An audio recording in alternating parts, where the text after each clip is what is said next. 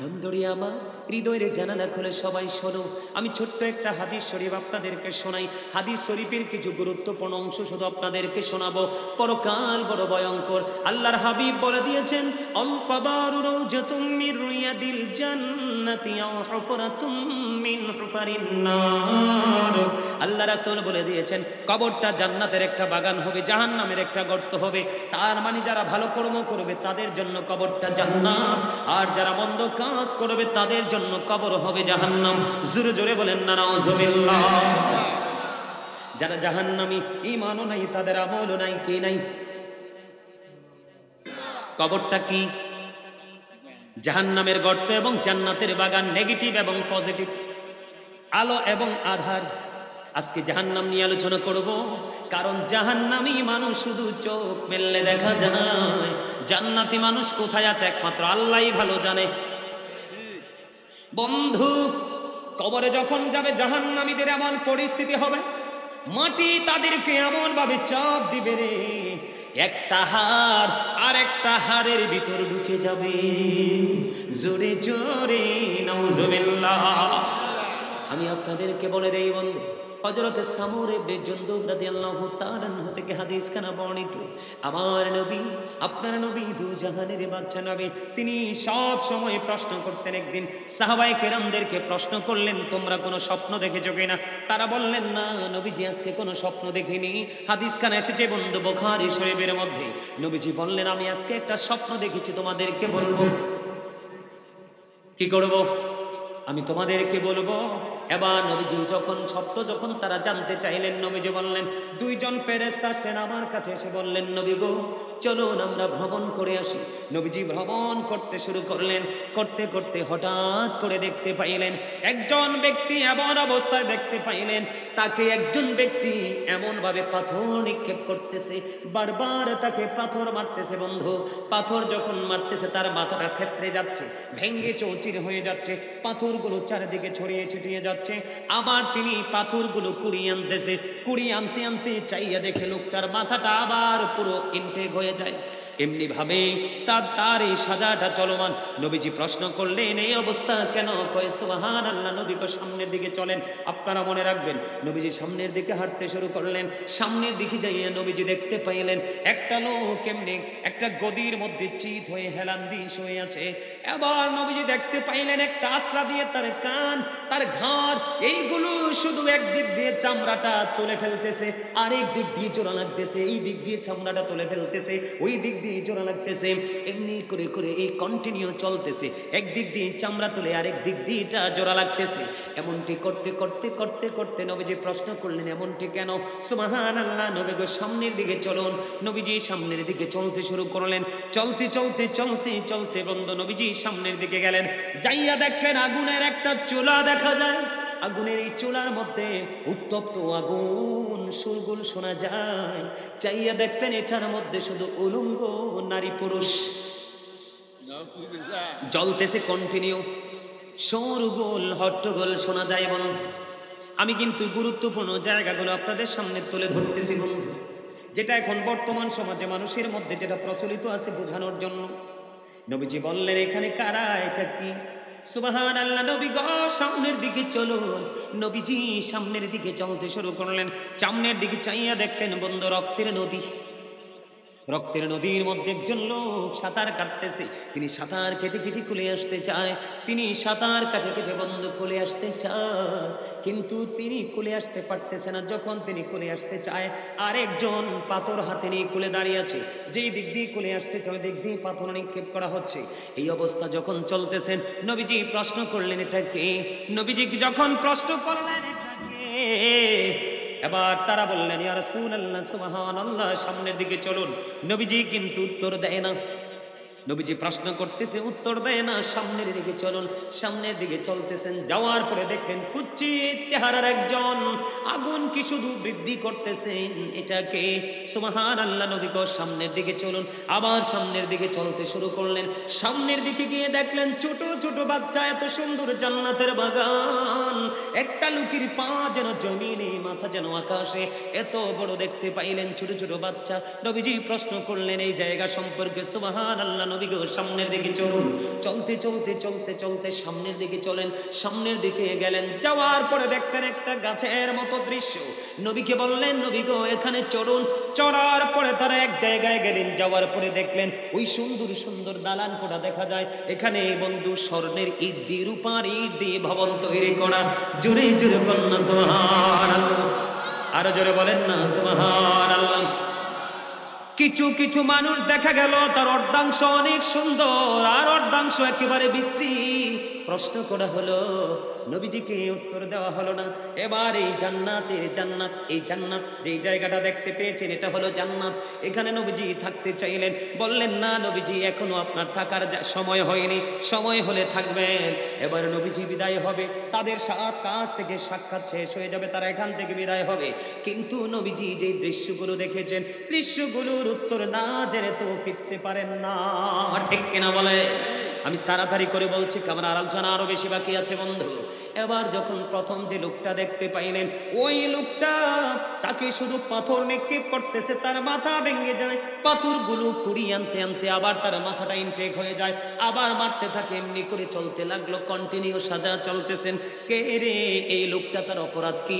এবার ওই ফেরেশতারা বললেন ইয়া রাসূলুল্লাহ, ইয়া হাবিবাল্লাহ, নবী গো এই লোকটা এমন অপরাধ করেছে, সে কোরআন তেলাওয়াত শিখেছিল, কোরআনটা পুরোপুরি ভুলে গেছে। জোরে জোরে কন্না নাউজুবিল্লাহ। আমাদের মধ্যে এমন যুবক অনেক আছে না? কথা বলেন না কেন? এখনকার যুবক মনে 1000 ঘুষলেও মনে হয় 2টার কোরআনের সাথে সম্পর্ক আছে বলে মনে হবে না, একমাত্র মাদ্রাসায় পড়ুয়া স্টুডেন্ট ছাড়া। কোরআন শিখেছিল, কোরআন তেলাওয়াত ভুলে গেছে, তার আরেকটা অপরাধ। রাত্র যখন হতো সে রাতের নামাজ না পড়ে ঘুমিয়ে যেত। এখানে যে যুবকগুলো আছে, আপনারা যদি জিজ্ঞেস করেন যুবকরে তুমি কি রাতে ঈশার নামাজ পড়ে ঘুমাও, আমার মনে হয় না যুবকগুলো হাত তুলতে পারবে। তার সাজা হলো রাতে নামাজ পড়তো না, কোরআন তেলাওয়াত শিকার পরে ভুলে গেছে, এই জন্য তার আযাব চলতেছে কন্টিনিউ পাথর নিক্ষেপ। নাউজুবিল্লাহ বলেন না। এই জায়গা থেকে বের হয়ে গেলাম। 2 নম্বরের লোকটা গদির মধ্যে চিত হয়ে আছে, তার চামড়া তুলে ফেলা হচ্ছে, আবার জোড়া লেগে যাচ্ছে। কেন রে? তার অপরাধ কি? অপরাধ হলো বন্ধু, সে সকাল যখন হতো ঘুম থেকে জাগার পরে এমন ভাবে মিথ্যা সংবাদ প্রচার করত। এখন যদি বর্তমানে যদি আমরা বলি সংবাদ পাঠক আছে, পাঠিকা আছে, কথা বলেন না কেন? পত্রিকায় রিপোর্ট অনেকে মিথ্যা করে। ইউটিউবের দিকে তাকান, অনলাইন মিডিয়াগুলো ম্যাক্সিমাম জায়গায় বন্ধ মিথ্যার ছড়াছড়ি। কথা বলেন না কেন? এমন ভাবে মিথ্যা প্রচার করত, দেশ নয় গোটা পৃথিবী প্রকাশিত হয়ে যেত। ওই লোকটা এমন মিথ্যাবাদী ছিল, মিথ্যা সব অপরাধের মা। জবান দিয়ে, কলম দিয়ে, লিখুনি দিয়ে, সব দিয়ে সে মিথ্যা এমন ভাবে প্রচার করত যেটা বহির্বিশ্বে ছড়িয়ে যেত, মানুষের মধ্যে বিভ্রান্তি ছড়িয়ে যেত। এই জন্য তার সাজাটা কন্টিনিউ চলতেছে। তার চামড়া একদিক দিয়ে তুলে ফেলা হচ্ছে, আরেক দিক দিয়ে জোড়া লাগতেছে, কন্টিনিউ তার এই সাজাটা বহাল। জুড়ে জুড়ে নাউজুবিল্লাহ। 3 নম্বরে দেখেছেন, আমার দিকে তাকান, 3 নম্বরে দেখেছেন নবীজি আগুনের চুলা। আপনাদের এলাকায় কি মিথ্যা কথা কয় এমন মহিলা আছে না? এই বাড়ির কাজ এই বাড়ি লাগায়, ওই বউর সাথে ঝগড়া লাগায়, আছে না? আবার কিছু কিছু ছেলে বা কিছু কিছু মুরব্বীও খুঁজে পাওয়া যায়, নামাজ নাই, রোজা নাই, সারাদিন সিগারেট খায়, দোকানে থাকে, মিথ্যা যত আছে সব ওনার পেটে, সময় মতো এগুলো শুধু ব্রাশ করে, আছে না? এই মিথ্যাবাদীদের সাজাটা এমন হবে। ছোট্ট একটা এক্সাম্পল দিলাম, কারণ অনেক কথা বলতে হবে বন্ধু। এরপরে দেখেছেন আগুনের চুলা। এই যে আমার আগে যিনি আলোচনা করেছেন ডক্টর সাইফুল ইসলাম আল আজহারি সাহেব, তিনি সমকামিতা নিয়ে একটু আলোচনা করেছেন, আপনাদের মনে আসেনি? বর্তমানে শরীফ থেকে শরীফা এই যে আলোচনাটা করেছেন, এটা কিন্তু মানুষকে সমকামিতার দিকে ধাবিত করছে। কেন? এই ইসলাম বিরোধী কাজের বিরুদ্ধে যখন কোনো আলেম কথা বলে, কিছু কিছু নাস্তিক আছে বাংলাদেশে বলে মানে এরা নাকি ষড়যন্ত্র করছে। কি কয়? এরা নাকি রাষ্ট্রের বিরুদ্ধে ষড়যন্ত্র করছে। কই তোমাদের বিবেক কি মরে গেছে? তোমাদের বিবেক কি নষ্ট হয়ে গেছে? মুসলমানদের ইতিহাস পড়ে দেখো, ধর্মীয় যে আমাদের বিষয়গুলো আছে আদি থেকে অদ্য পর্যন্ত গবেষণা করে দেখো, কত মজার মজার জায়গা আছে। এগুলো তোমরা সামনে তুলে আনো, এগুলোকে পিছনে ফেলে যত নাস্তিকতা তোমরা সামনে নিয়ে আসো। দেখছেন না কয়দিন আগে বানর থেকে মানুষ হয়েছে? আরে শাহরিয়ার কবির কইছে না? এগুলো নিয়ে সারা বাংলাদেশের আলেম ওলামা যখন প্রতিবাদ করেছে, এটা কিন্তু আউট হয়ে গেছে, ঠিক কিনা বলে? এখন যেটা আমি বলি আপনাদেরকে, এটা লূত আলাইহিস সালামের জামানায় ছিল সমকামিতা। একটা পুরুষ আর একটা পুরুষের মাধ্যমে যৌন চাহিদা মিটানো। নাউজুবিল্লাহ বলেন না? আর জোরে বলেন। দুইজন পুরুষ, ইসলাম বলে দুইজন পুরুষ এক কাঁথার নিচে ঘুমায় না, দুইজন নারী এক কাঁথার নিচে ঘুমায় না। একটা পুরুষ আর একটা পুরুষের লজ্জাস্থানের দিকে তাকিও না, একটা নারী আর একটা নারীর লজ্জাস্থানের দিকে তাকিও না। একটা যুবক যখন উপযুক্ত হবে, উপযুক্ত যৌবনে পরিপূর্ণ, আর একটা যুবকের সাথে তুমি একটা ছেলেকে নির্জন কোনো জায়গায় যাইতে দিও না। কথা বলেন না কেন? কারণ নারী এবং পুরুষ দুজনকে যৌবনকালটাকে বেশি শয়তান গায়েল করে, এই সময়টাকে বেশি টার্গেট করে। বলে হুজুর এখানে আসলেন কেন? এখন জিনা বেবিচার সমকামিতা কিন্তু বাড়ানোর জন্য, নাস্তিকবাদ এই দেশের মধ্যে বাড়ানোর জন্য কিন্তু পচা বুদ্ধিজীবীরা বিভিন্ন নষ্ট জিনিস তুলে ধরছে, ঠিক কিনা বলে? আর জোরে।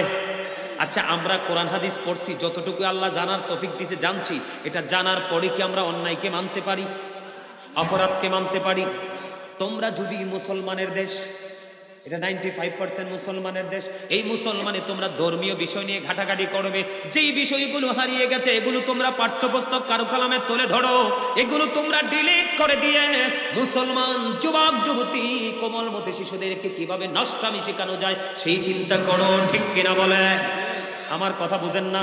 যখন আমরা আস্তে আস্তে পড়তে পড়তে যখন একটা ক্লাসে যাই, তখন কিন্তু জেন্ডার সম্পর্কে আমরা অটো জানতে পারি। কথা বলেন না কেন? কথা বলেন না কেন? একটা সময় যখন আসে, ছোট ক্লাস থেকে বড় ক্লাসে যখন চলে আসব, তখন একটা নারী একটা পুরুষের শারীরিক অবস্থার দিকে তাকিয়ে জেন্ডার সম্পর্কে বোঝার একটা সিস্টেম রয়েছে, ঠিক কিনা বলে? ওইটা ওই সময়ের সাথে ম্যাচিং করে দাও। ওই সময়ের আগে বাচ্চাদের তোমরা এটা শেখাচ্ছ, এটা দিয়ে কি বোঝানো যায়? বন্ধু, ইসলাম বিরোধী কাজ। বলে হুজুর এই জায়গায় কেন আসলেন? আমার নবী, হাদিস শরীফ কিন্তু সিয়াসিত্তার অন্যতম গ্রন্থ বুখারী শরীফ, আমার নবী বলে দিয়েছে, এই যে আগুনের চুলাটা দেখা যায় এটা হলো আগুন, এটার মধ্যে নারী পুরুষগুলোকে দিয়েছে। ওই নারী পুরুষগুলো যারা জিনা করেছে, ব্যভিচার করেছে, সমকামিতায় লিপ্ত ছিল, ওই সমস্ত নারী পুরুষগুলো এটার মধ্যে তুলে দেওয়া হয়েছে, উলঙ্গ করে, ল্যাংটা করে। আওয়াজ দিয়ে দিয়ে বলুন না নাউজুবিল্লাহ। যারা সঠিক কথা বলছে তাদেরকে বয়কট করছে, এটাই কিন্তু কি জাহান্নাম পর্যন্ত পৌঁছে দেওয়ার জন্য যথেষ্ট, ঠিক কিনা বলে? আর যদি তোমরা মুত্তাকি হয়ে যেতে পারো, আল্লাহ বলেছেন ওয়াইদাতুল মুত্তাকিন, ইউ গো টু প্যারাডাইস, জান্নাতে চলে যাও। চলে যাও, সুবহানাল্লাহ। আরে আরো জোরে। আমি মাঝে মাঝে সিটতেও যাব, মাঝে মাঝে হাসিও দিব, মজাও পাইবেন, আবার মাঝে মাঝে একটু ধাক্কাও দিব। কারণ ধাক্কা না দিলে কিন্তু বাচ্চা কাচ্চা মানুষ হয় না। কথা কন না কেন? মানুষ করতে হইব না দিদি? আলহামদুলিল্লাহ। আরে আরো জোরে। এত আস্তে আমি না বলছি, আল্লাহ জবান দিছে জিকির করার জন্য, আলহামদুলিল্লাহ জিকির। আল্লাহ জিকির কেমনে করতে কইছে জানেন নি? আল্লাহ বলতেছি ইয়া আইয়ুহাল্লাযীনা আমানু যিকুরুল্লাহা যিকরান কাসীরা ওয়া সাব্বিহুহু বুকরান ওয়া ওয়াসীলা। আল্লাহ বলেছেন ইমানদারদেরকে ডেকে ডেকে তোমরা বেশি বেশি করে আল্লাহর জিকির করো, সকাল টু সন্ধ্যা আল্লাহর পবিত্রতা ঘোষণা করো। জিকির করার কোনো সময়ের বা ব্যাপার স্যাপার নাই। আফাদকুরুল্লাহা কিয়ামান, দাঁড়িয়ে জিকির করো, কুউদান বসে জিকির করো, ওয়া আলা যুনুবিকুম শুয়ে শুয়ে জিকির করো। তারপরেও জিকির বন্ধ করা যাবে না। জিকির করলে লাভ আছে তো। কেউ যদি 1 বিঘা পরিমাণ জিকির করতে করতে আল্লাহর দিকে এগিয়ে যায়, আমার নবী বলেছেন আল্লাহ সেই বান্দার দিকে 1 গজ পরিমাণে এগিয়ে আসে। সুবহানাল্লাহ। কেউ যদি জিকির করতে করতে আল্লাহর দিকে 1 হাত পরিমাণে এগিয়ে যায়, আমার নবী জানিয়ে দিয়েছেন আল্লাহ তার দিকে 2 হাত পরিমাণে এগিয়ে আসে। কেউ যদি কোনো জলসায় বসে মালিকের জিকির করেন, আমার নবী জানিয়ে দিয়েছে আল্লাহ তার চাইতে উত্তম জলসায় মালিকের জিকির, মালিক জিকির করে। কেউ যদি হেঁটে হেঁটে জিকির করতে করতে আল্লাহ পর্যন্ত যেতে চায়, আল্লাহ বলেছে বান্দা আমাকে তোমরা কোনোদিনও খুঁজে পাবে না, আমি যদি তোমাদেরকে ধরা না দেই, তুমি হেঁটে হেঁটে জিকির করতে করতে এসো, আমি তোমার কাছে দৌড়ে এসে ধরা দিব। জিকিরে লাভ না লস? আরো জোরে। শুধু লাভ নেই, নবী বলেছেন জান্নাতের বাগানে যখন আসা যাওয়া করো তখন তোমরা জান্নাতের বাগান থেকে ফল খেয়ে নিও। নবী গো জান্নাতের বাগানের ফলটা কি নবীজি জানিয়ে দিয়েছেন, সুবহানাল্লাহ ওয়ালহামদুলিল্লাহ লা ইলাহা ইল্লাল্লাহ, সুবহানাল্লাহ ওয়ালহামদুলিল্লাহ ইল্লাল্লাহ, লা ইলাহা লা ইলাহা। আরশে কুরসি লৌহ কলম সৃষ্টি যাহার অসিলানি, যে আল্লাহ খুশি হইয়া নাম রাখিলেন হাবিবুল্লাহ, সুবহানাল্লাহ আলহামদুলিল্লাহ লা ইলাহা, ও সুবহানাল্লাহ ওয়ালহামদুলিল্লাহ লা ইলাহা, ও লা ইলাহা, লা ইলাহা ইল্লাল্লাহ মুহাম্মাদুর রাসূলুল্লাহ সাল্লাল্লাহু আলাইহি ওয়াসাল্লাম। আলহামদুলিল্লাহ। বন্ধুরে আমার বলতেছিলাম আমি এই দেহের পরিচয়টা সংক্ষিপ্ত করে দিলাম, ভিতরে আর একটা মানুষ আছে রে, ওই মানুষটার নাম আল্লাহর কোরআনের ভাষায় বলা হয় রূহ। বাংলা ভাষায় আমরা বাঙালি বাংলা ভাষায় এটাকে বলা হয় আত্মা। ইংরেজি ভাষা যাদের মাতৃভাষা তাদের ভাষায় বলা হয় এটাকে সোল। আল্লাহ বলেছেন say the soul is the word of my Lord, qawlir ruhu min amri rabbi, past tense, present tense, future tense, অতীত বর্তমান ভবিষ্যৎ। আমার ওয়াজ বুঝে নেবেন, অত্যন্ত ধৈর্য ধরে শুনবেন, কারণ এখান থেকে বোঝা যায় মানুষের আসল সত্তা হলো তার আত্মা, তার দেহ নয় বন্ধু। মানুষের আসল সত্তা হলো তার আত্মা, কারণ আত্মাটা যতদিন পর্যন্ত আপনার আমার মাঝে আছে ততদিন পর্যন্ত আপনি আমি মানুষ। যেদিন আপনার আমার মধ্য থেকে অচিন পাখি চলে যাবে বন্ধু, সেদিন আপনার আমার নামের আগে যুক্ত হয়ে যাবে বড়, তার মানে আপনি আমি আর মানুষ নই, লাশ হয়ে গেছি, ডেড বডি। কথা বলেন না কেন? যেদিন বাবা মায়ের মাঝে ছিল আপনার আমার এই বডিটা, সেদিন রুহটা ছিল আল্লাহর আরশের চারপাশে রুহের জগতে। রুহ ছিল এক জায়গায়, দেহটা ছিল এক জায়গায়। সেদিন কিন্তু আপনার আমার নাম আব্দুল কুদ্দুস আব্দুর রহিম ছিল না, কারণ দেহ এবং আত্মা মিলে একজন মানুষ। আত্মা না থাকলে দেহের কোনো দাম নাই, দেহ না থাকলে আত্মার কোনো দাম নাই। এই জন্য বলতে চাই বন্ধু, মরণ হলো কি? মরণ হলো দেহ থেকে আত্মাটা আউট হয়ে যাওয়া। তোমরা অহংকার করতে পারো, আজকে যারা আমার সাথে দরুদ পড়নি আমি বলবো তোমরা অহংকার করেছো। বলে হুজুর গো অহংকার তো করিনি, তাহলে কি করব? তোমরা কৃপণতা করেছো, নয়তো তো দরুদ এবং জিকির থেকে বন্ধ রাখার কথা না। তোমরা দরুদ পড়নি, মনটা খুলে জিকির করোনি, এই জন্য আমার রাগ হচ্ছে। আমার এত বেশি গুসা আমার মধ্যে চলে এসেছে, এর চাইতে বেশি রাগ হয়ে যায় আমার আল্লাহ। কারণ বান্দাকে বড় সুন্দর করে বানাইছে। আল্লাহ রাব্বুল আলামিন বলে, বান্দা তোমরা কেন খবর রাখো না? তোমাদের তো কোরআনের সাথে কোনো সম্পৃক্ততা নেই, হাদিসের সাথে কোনো সম্পৃক্ততা নেই, তোমরা কেন রে বান্দা নষ্ট হয়ে গেল? কেন রে তোমরা এত বেশি পৃথিবী লোভী হয়ে গেল? তোমরা কি বোঝো না? আল্লাহ বলেছেন আল্লাযী খালাকাল মাউতা ওয়াল হায়াতা লিয়াবলুওয়ান্নাস, যিনি জীবন সৃষ্টি করেছেন, মৃত্যু সৃষ্টি করেছেন। হুজুর কেন গো? এর মধ্যে তোমাকে আমাকে পরীক্ষা করার জন্য। আল্লাহ রাব্বুল আলামিন এটা তোমার আমার জন্য পরীক্ষার হল, কেন বোঝো না? আল্লাহ রাব্বুল আলামিন বলে, বান্দারে তোমরা কেন রে এত নষ্ট হয়ে গেলা, কেন এত প্রভ্রষ্ট হয়ে গেলা? পৃথিবী তোমাদেরকে মাতাল করে দিয়েছে। কোরআন শরীফের 30 পারা সূরা ইনফিতরের মধ্যে আল্লাহ রাব্বুল আলামিন বলে দিয়েছেন, ফি আইয়ি সূরাতিন মা শাআ রাক্কাবাক।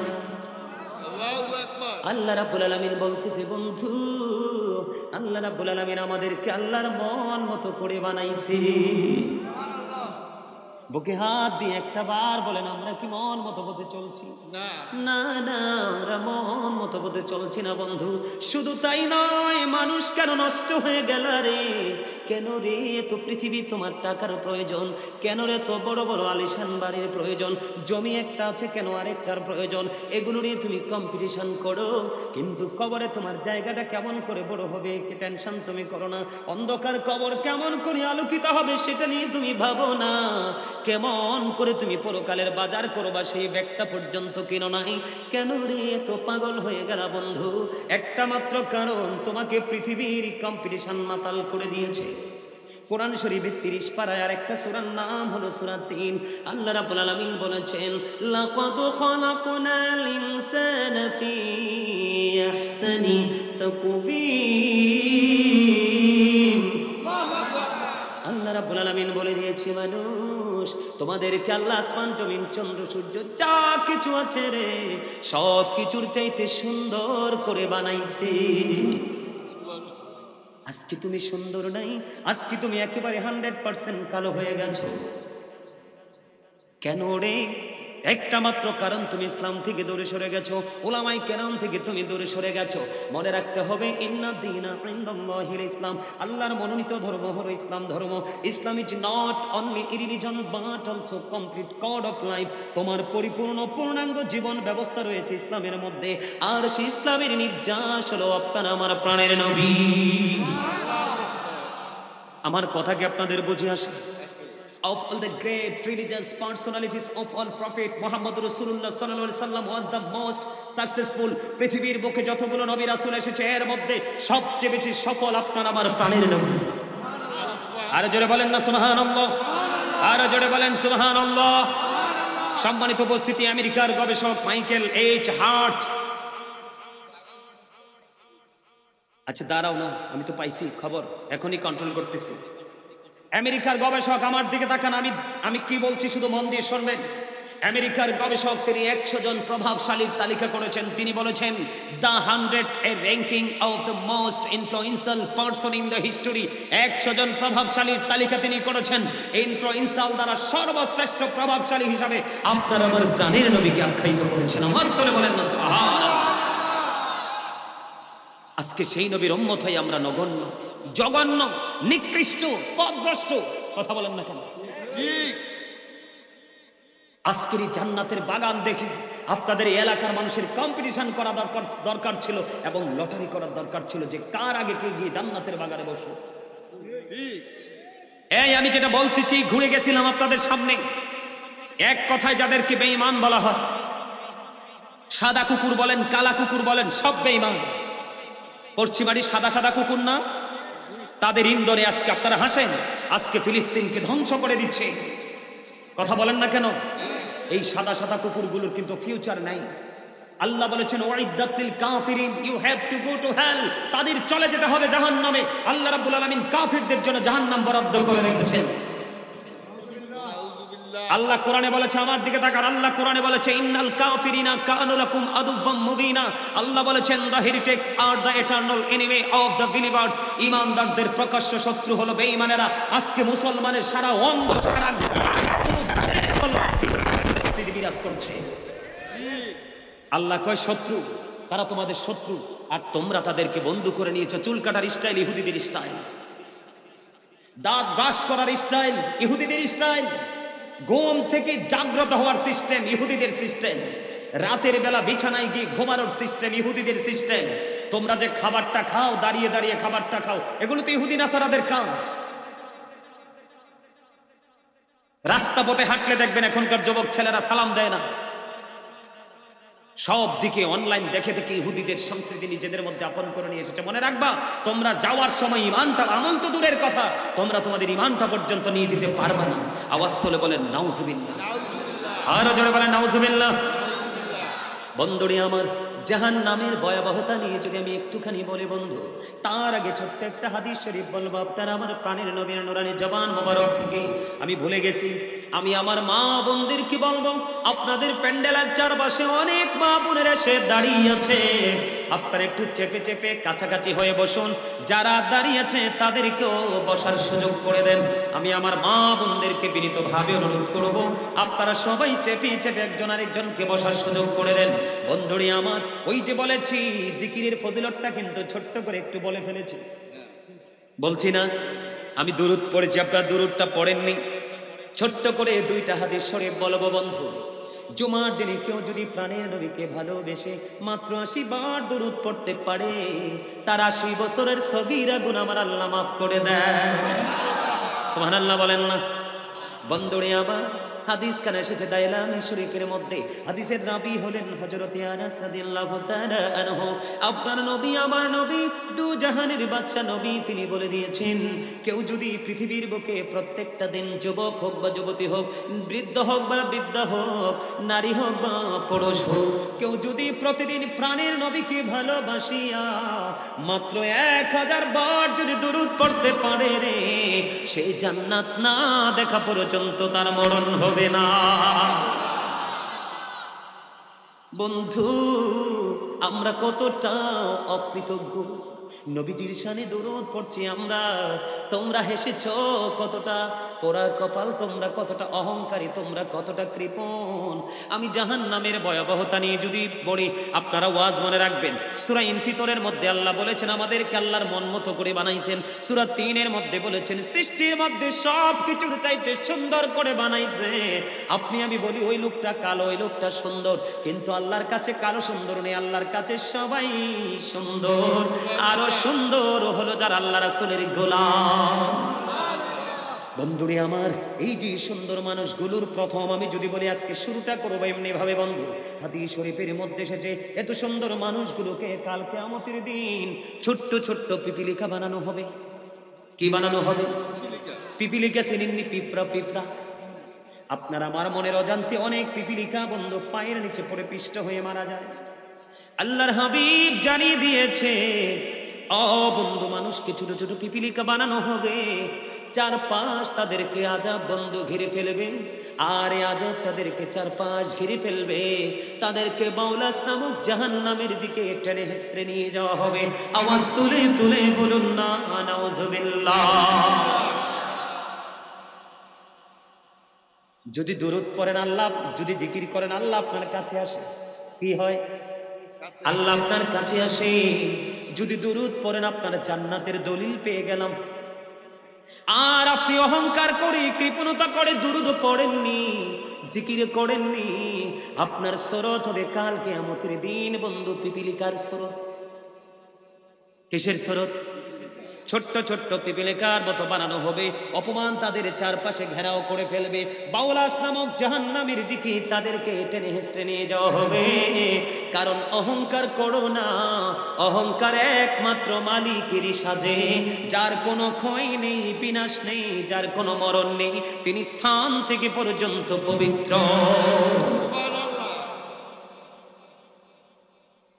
আমার কথাকে আপনারা বোঝেন? আপনাদের কোনো অসুবিধা হয়? এরপরে ওই যে রক্তের নদী, কোন নদী?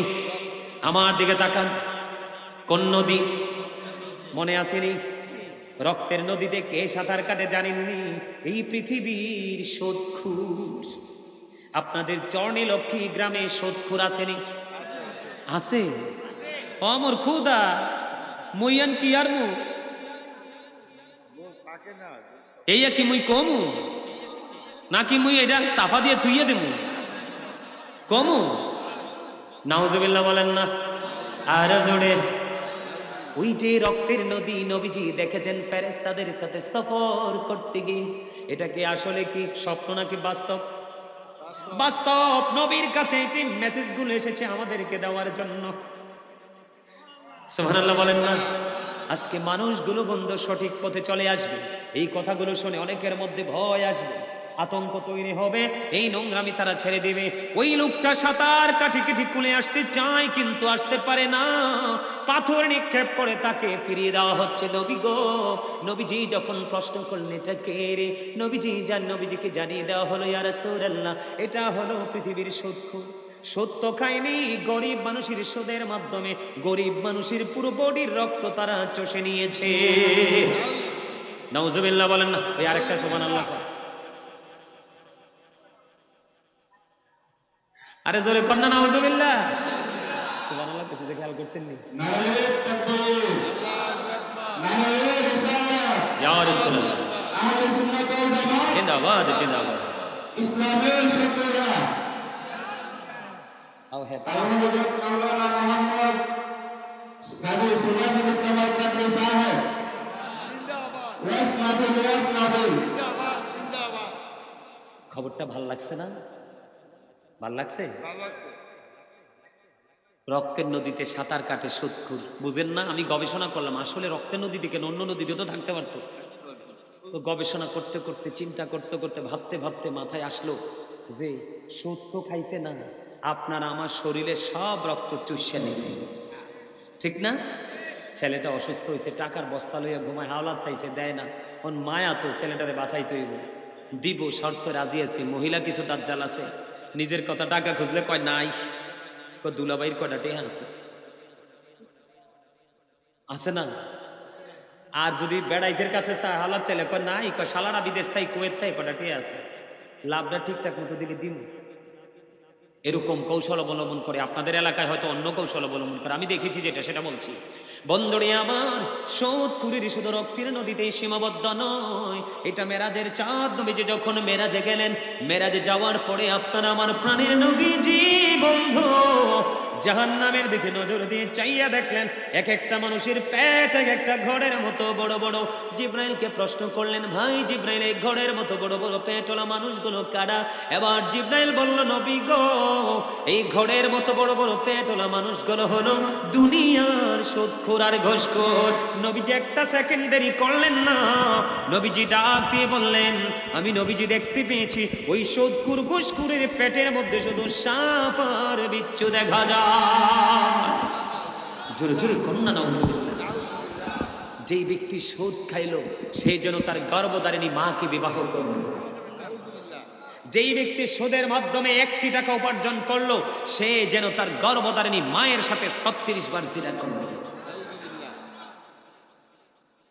আল্লাহ রাসূল বলেছেন, লা তুকবালু সালাতুন বিগাইরি তুহুর ওয়ালা সাদাকাতুন বিন দুনুর। আমার নবীজি বলেছেন, এই হারাম টাকা আপনার ইবাদত করতে হলে শর্ত দিয়েছেন পবিত্রতা, আর দান করতে হলে শর্ত দিয়েছেন হালাল টাকা। পবিত্রতা ছাড়া ইবাদত কবুল হয় না, আর হালাল টাকা ছাড়া দানও কবুল। আপনার যদি বন্ধু 10 টাকা দিয়ে একটা জামা কিনেন, 9 টাকা আপনার হালাল, মাত্র 1 টাকা সুদ বা ঘুষের টাকা আপনি লাগাই একটা জামা বানাইয়া নামাজ পড়লেন, কিয়ামত পর্যন্ত নামাজ পড়তে পারবেন, আল্লাহর দরবারে নামাজ বন্ধু কবুল হবে না। নাউজুবিল্লাহ বলেন না। যিনি সুদের স্টাম্প লেখে, যিনি সুদের টাকা লেনদেনে সহযোগিতা করে এবং সুদের টাকা কালেকশন করতে না পারলে লাঠিয়াল বাহিনী যারা সুদের টাকাটা কালেকশন করে দেয়, আল্লাহর হাবিব বলেছেন সবার জন্য সমান সাজা।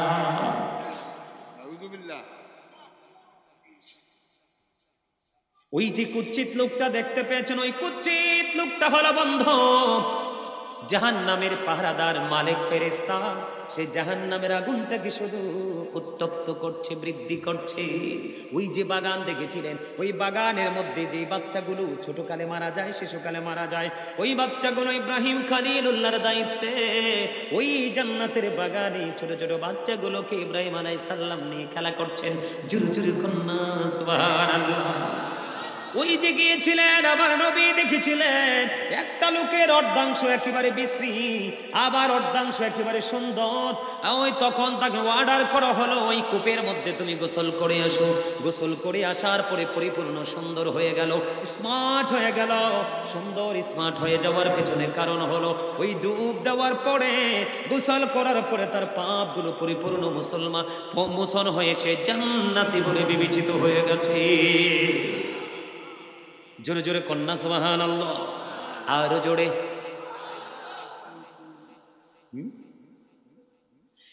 তাহলে কি করা উচিত? এই পাপগুলোকে করা উচিত না ছাড়া উচিত? আরো জোরে বলে। আমাদের সমাজের মধ্যে সুদ আছে, ঘোষ আছে, মিছা কথা আছে, পিতামাতার সাথে খারাপ ব্যবহার আছে, মদ গাঁজা খাওয়া, নেশা করা থেকে ধরে এমন কোনো পাপ নাই আমাদের সমাজের মানুষ করে না। ঠিক কিনা বলেন? যারা করে এরা তো 100% জাহান্নামী। বন্ধুরে আমার, জাহান্নামীদের সাজার জন্য আমি আপনাদেরকে বলবো, একেবারে ছোট্ট যদি একটা সাজা দেওয়া হয়, জাহান্নামীদেরকে ছোট্ট একটা সাজা যদি দেওয়া হয়, ছোট্ট সাজাটা হলো আগুনের এক জোড়া জুতা পরিয়ে দেওয়া হবে। জোরে কন্যা নাউজুবিল্লাহ। কি করে দেওয়া হবে? আগুনের এক জোড়া জুতা পরিয়ে দেওয়া হবে। ও বন্ধু, আগুনের জুতা পরলে আপনার শরীর কি উতরাবে না ঠান্ডা থাকবে? মাথার মগজটা কুরবানির দিনের গোস্তের পাতিলের মতো টকবক করে উতরাইতে থাকবে। কি করবে সেদিন? জাহান্নামের আগুনটা তো ভয়ঙ্কর। হযরতে আবু হুরায়রা রাদিয়াল্লাহু তাআলা আনহু থেকে হাদিস কানা বর্ণিত, আমার নবী, আপনার নবী, দু জাহানের বাদশা নবী, তিনি বলে দিয়েছেন জাহান্নামের আগুনটাকে 1000 বছর তাপ দিয়েছেন, আগুনের রং হয়ে গেছে লাল। আরো 1000 বছর তাপ দিয়েছেন, আগুনের রং হয়ে গেছে সাদা। আরো 1000 বছর তাপ দিয়েছেন, আগুনের রং হয়ে গেছে বন্ধু কেন? এক এক করে 3000 বছর আগুনটাকে উত্তপ্ত করে এই আল্লাহ রাব্বুল আলামিন রেডি করে রেখেছেন বন্ধু। এই জাহান্নামের আগুনে পাপীদেরকে পোড়ানো হবে। জোরে জোরে বলেন না নাউজুবিল্লাহ, আরো জোরে বলেন না নাউজুবিল্লাহ। জাহান্নামের মধ্যে একটা পাহাড় আছে, যে পাহাড়ের নাম হলো সৌদ। ওইটার মধ্যে উঠতে সময় লাগবে 70 বছর, আবার নামতে সময় লাগবে তেমন। এমনি করে বন্ধু তাদের সাজাটা বহাল থাকবে। জোরে জোরে কন্যা নাউজুবিল্লাহ। এই পৃথিবীর বুকে আপনি আমি যার যার ইচ্ছে মতো খাবার আমরা খাইতে পারি কি পারি না? কথা বলেন না কেন? খাবার আমরা আমাদের ইচ্ছে মতো খাবার আমরা খাইতে পারি, কিন্তু বন্ধু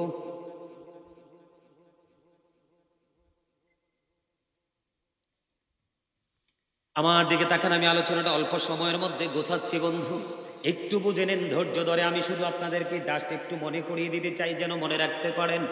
জাহান্নামটা এত ভয়ঙ্কর, শুধু জাহান্নাম শব্দ না, এটা এতটা অবর্ণনীয় ভয়ঙ্কর যেটা বর্ণনা করে শেষ করা যায় না বন্ধু। জাহান্নামীদের জন্য এই দুনিয়ার মধ্যে আপনার যদি টাকা যেমন, খাবারও তেমন, ঠিক কিনা? গোস্ত বলেন, মাছ বলেন, কুরমা বলেন, পোলাও বলেন, যাই বলেন, আপনার ইচ্ছে মতো করে আপনি খাইতে পারেন। কিন্তু বন্ধু, যারা পথভ্রষ্ট পাপী জাহান্নামে যাবা, তাদের জন্য একটা খাবার বরাদ্দ করে রেখেছেন আল্লাহ রাব্বুল আলামিন। যেই খাবারটার নাম হলো বন্ধু জাক্কুম। এটা এত ভয়ঙ্কর, জাক্কুম এত ভয়ঙ্কর। এই জাক্কুমটা যদি এই মুহূর্তে চর্ণীলক্ষী গ্রামের মধ্যে যদি একটা ফোঁটা পড়ে, কয় ফোঁটা? একটা ফোঁটা যদি জাক্কুম পড়ে রে, গোটা পৃথিবীর মাটি তাৎক্ষণিকভাবে বিষাক্ত হয়ে যাবে। কিয়ামত পর্যন্ত এই পৃথিবীর বুকে কেউ ফসল উৎপাদন করতে পারবে না। এই ভয়ঙ্কর খাবারটা পাপীদের জন্য আল্লাহ বরাদ্দ করে রেখেছেন। সামনে আনতে দেরি দাঁতগুলো খসে পড়ে যাবে। সরিষা পরিমাণ যদি একটু পেটের মধ্যে ঢুকে রে, ও বন্ধু, সব কিছু লিকুইড হয়ে বের হয়ে যাবে। আওয়াজ দিয়ে বলুন না নাউজুবিল্লাহ। আমাদের মধ্যে অনেকে আছে না, মদ খায়, গাঁজা খায়, ইয়াবা খায়, অনেক ধরনের নেশা জাতীয় জিনিস, সব তো জানিও না। কথা বলেন না কেন? অনেক আছে, এখানে হয়তো আপনাদের এখানে হয়তো নাই।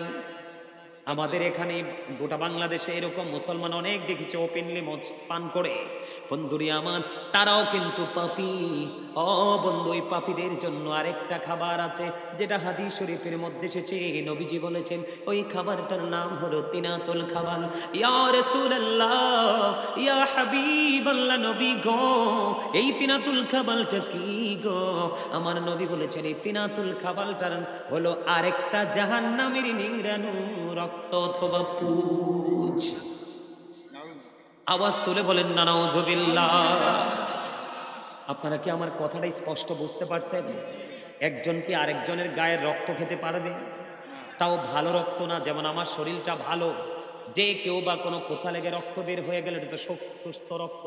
ওই রক্তটা এমন না, জাহান্নামীটা পচে যাবে, একেবারে নরম জুসের মতো, ম্যাঙ্গো জুসের মতো হয়ে যাবে। আর একটা জাহান্নামী পচে একেবারে লিকুইড হয়ে গেল, তার আবার তাকে পুনরায় আবার ওই আব্দুর রহিম বানানো হলো। এই দিক দিয়ে যিনি আব্দুর রহিম তিনিও কিন্তু পাপী। আব্দুল কুদ্দুস নামটা রেখেছিল, ওই লোকটাও পাপী। একটা পরে পচে লিকুইড হয়ে গেল, আর একটাকে তৈরি করা হলো। এই যে পচা রক্ত এবং পুজ, এই দুটো জিনিস ওই ব্যক্তিটাকে খাইতে দেওয়া হবে। আওয়াজ তুলে তুলে বলেন না নাউজুবিল্লাহ। খাওয়া যাবে? সহ্য করা যাবে? আরো জোরে বলেন না। বন্ধু, এখানেই শুধু ক্ষান্ত নয়, এই দুনিয়ায় যদি আপনি অনেক বেশি পরিশ্রম করেন, টিউবওয়েল থেকে বা মোটর থেকে পানি দিলে আপনি খাইয়া তৃপ্তি আসে না। আপনি বলেন আমাকে একটু ঠান্ডা পানি দাও, কি দাও? আমাকে একটু ঠান্ডা পানি দাও, আমি একটু ঠান্ডা পানি পান করবো। আপনার ঘরে ফ্রিজ না থাকলে অন্য করতে আনে, যখন দেয় পরে ক্ষতি হোক বা ভালো হোক, কিন্তু তাৎক্ষণিকভাবে একটু প্রশান্তি আসে কি আসে না?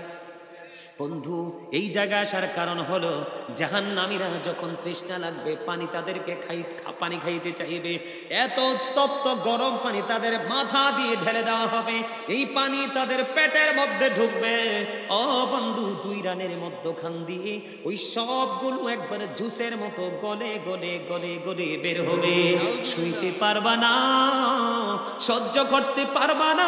সবচেয়ে বড় ভয়ঙ্কর খবর হলো, আমাদের হৃদয়কে সবচেয়ে বড় নাড়া দিয়েছে যেই ওয়াজটা, যেই খবরটা, বন্ধু নিজেদেরকে মাঝে মাঝে কন্ট্রোলে রাখতে পারি না, চোখে ঘুম পর্যন্ত আসে না। মালিক এত ভয়ঙ্কর, যদি আযাব যদি কারো নসিবে জুটে যায়। বন্ধু, পৃথিবীর বুকে অসুস্থ হলে ডাক্তার মিলে, অভাবে পড়লে কোনো শুভাকাঙ্ক্ষী মিলে, ঠিক কিনা বলেন? আপনার অভাবও ছাড়ছে না, অসুস্থতাও ভালো হচ্ছে না, ডাক্তার আপনি শেষ করে ফেলেছেন। বাংলাদেশ, ভারত, আপনি সিঙ্গাপুর পর্যন্ত ট্রিটমেন্ট নিয়েছেন, ভালো হতে পারেননি। সর্বশেষে একটা সমাধান আছে, মরণ। কথা কন না কেন? সর্বশেষে একটা সমাধান কি? মরণ। কিন্তু এই যে আযাব, এত ভয়ঙ্কর সাজাব করতে হবে রে। আল্লাহ বলেছেন লা ইয়ামুতু, people will not die that day, সেদিন মানুষ মরতে পারবে না। আল্লাহ বলেছেন ফিহা ওয়ালা ইয়াহইয়া, people will not be able to live that day, সেদিন মানুষ বাঁচতেও পারবে না। আল্লাহ বলেছেন ওমা হুম আন হাবিগাইবিন, মানুষ চাইলে সেদিন সেখান থেকে পালাতেও পারবে না। বাঁচারও সুযোগ নাই, মরারও সুযোগ নাই, পালাবারও। যেহেতু আরো অনেক অপবিত্র থাকলে কি সাজা হবে? আপনার এমনি করে করে সময় মতো নামাজ না পড়ে ইচ্ছে পরে নামাজ পড়লে কি সাজা হবে? এমনি করে করে স্টেপ বাই স্টেপ অনেক আলোচনা করা যাবে। আমি শুধু জাস্ট আপনাদেরকে এই জাহান্নামের ভয়াবহতা, মোস্ট ইম্পর্টেন্ট যে জায়গাগুলো, এই জায়গাগুলো একটু মনে করিয়ে দিলাম। যেই কোনো ধরনের পাপই আপনি করেন, আপনাকে আযাব ভোগ করতে হবে। এই যে বললাম না, কবরে যাইতে দেরি, তখনই তো আল্লাহ অর্ডার দিবে মাটিকে একটা চাপ দাও, চাপের সাথে একটা হাড়ের ভিতর আরেকটা হাড় ঢুকে যাবে। নাউজুবিল্লাহ বলেন না। আর কোনোদিন মরতে পারবেন? বাঁচতেও পারবেন? পালাতেও পারবেন না। সম্মানিত উপস্থিতি, আমরা যেন এই জাহান্নামের ভয়াবহতা থেকে বেঁচে থাকতে পারি, আল্লাহ যেন সেই তৌফিক দান করে। সকলে বলুন আমিন। আরো জোরে বলুন না আমিন। অনেক রাত হয়ে গেছে, আমি যে স্টেজে উঠছি প্রায় 1.5 ঘন্টার উপরে হয়ে গেছে। সময়টা যে ওয়াজে বসে কোন দিয়া যায় কইতে পারি, বরকতের সময় চলে যায়। আপনারাও কিন্তু কইতে পারতেন না, 1.5 ঘন্টার সময় শেষ হয়ে গেছে, আমারও ওয়াজও শেষ। আপনারা কি জাহান্নামকে একটু ভয় করবেন? জান্নাত কিভাবে পাওয়া যায়, আল্লাহর দিদার কিভাবে অর্জন করা যায়। শোনেন, এক জনৈক ব্যক্তি এসে নবীকে প্রশ্ন করলেন, নবী গো, কেয়ামত কখন হবে? নবীজি বললেন, তুমি কেয়ামতের জন্য কি প্রস্তুতি নিয়েছো? সে উত্তর দিল, নবী গো, কেয়ামতের দিনের জন্য কোনো প্রস্তুতি নিতে পারিনি, আল্লাহ এবং আল্লাহ রাসূলকে ভালোবাসি। আল্লাহ রাসূল একটা সেকেন্ড দেরি করলেননি। নবীজি বললেন, তুমি যাকেই ভালোবাসো তার সাথেই তুমি থাকবা। সুবহানাল্লাহ বলেন না? তাহলে রাসূলকে ভালোবাসা আল্লাহর ভালোবাসা হয়ে যায়। রাসূলের অনুকরণ করলে আল্লাহর অনুকরণ হয়ে যায়। তাহলে আপনি একজন সফল ব্যক্তি হিসাবে বিবেচিত হবেন। আল্লাহ যেন আমাদেরকে সফল ব্যক্তি হিসাবে কবুল করে নেন। সকল বলুন আমিন। সম্মানিত উপস্থিতি, আলোচনার একেবারে শেষ প্রান্তে চলে এসেছি। তার আগে আমি আপনাদেরকে একটু অনুরোধ করব, আপনাদের মসজিদের মিনারার কাজ চলছে।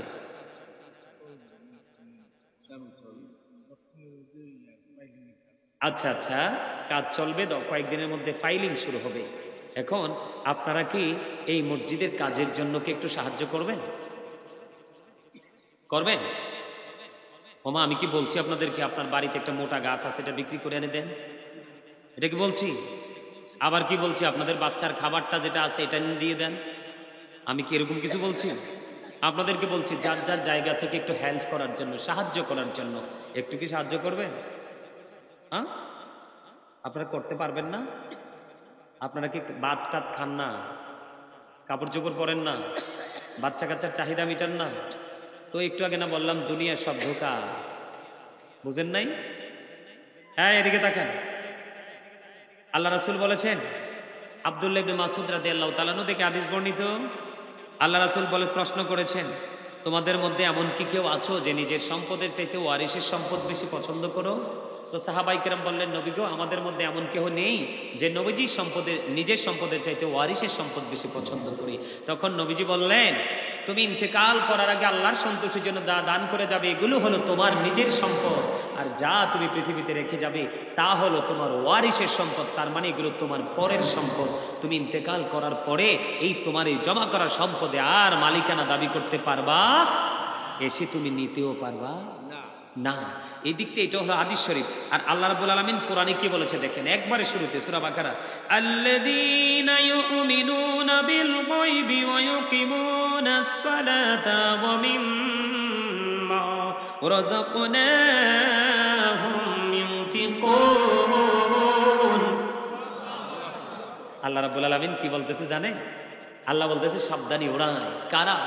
যারা অদৃশ্যে বিশ্বাস করে, সালাত কায়েম করে, ওয়ামিম্মা রাযাকনাহুম ইউনফিকুন।